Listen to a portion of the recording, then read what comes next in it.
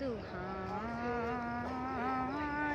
रात थी सल्लल्लाह और पुरसकूं वो ज़माना था सल्लल्लाह। सुहानी रात थी और पुरसकूं वो नज़ारा था।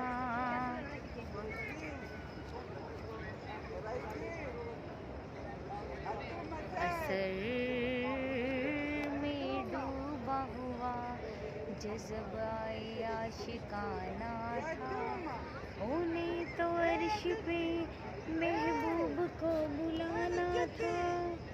हवस थी दीद की मेराज का बहाना था। सरला मकां से तलब हुई सूहे मुंतहा वो चले नबी।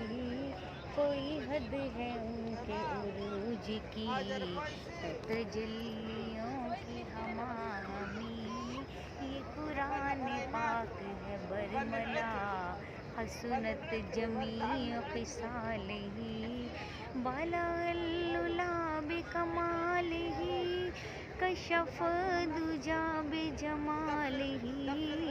हसनत जमीअ ख़िसालिही।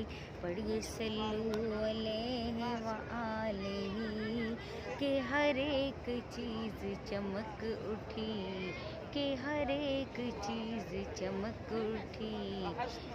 ये तजल्लियों की हमाहमी बलगल्लुला बिकमालिही कशफ़ दुजा बिजमालिही।